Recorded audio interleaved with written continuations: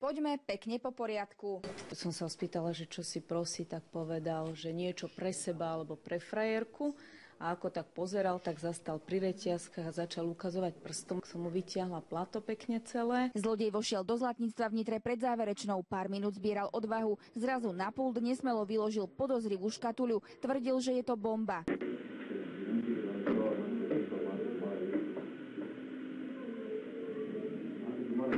To, čo nasledovalo, určite nečakal. Zlatník sa však lupiča nezľakol, schmatol ho za ruku a cez dvere vyšmaril von.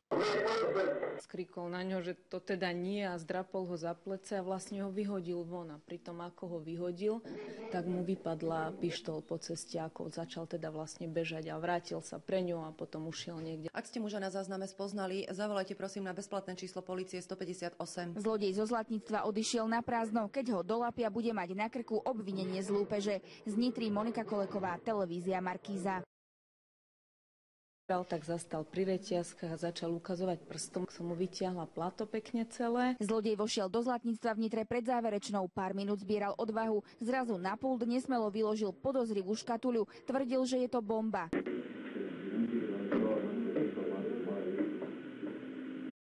Poďme pekne po poriadku. Som sa spýtala, že čo si prosí, tak povedal, že niečo pre seba alebo pre frajerku. A ako tak pozeral.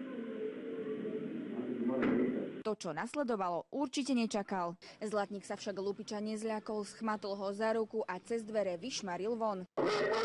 Skrikol na ňo, že to teda nie a zdrapol ho za plece a vlastne ho vyhodil von. A pritom ako ho vyhodil, tak mu vypadlo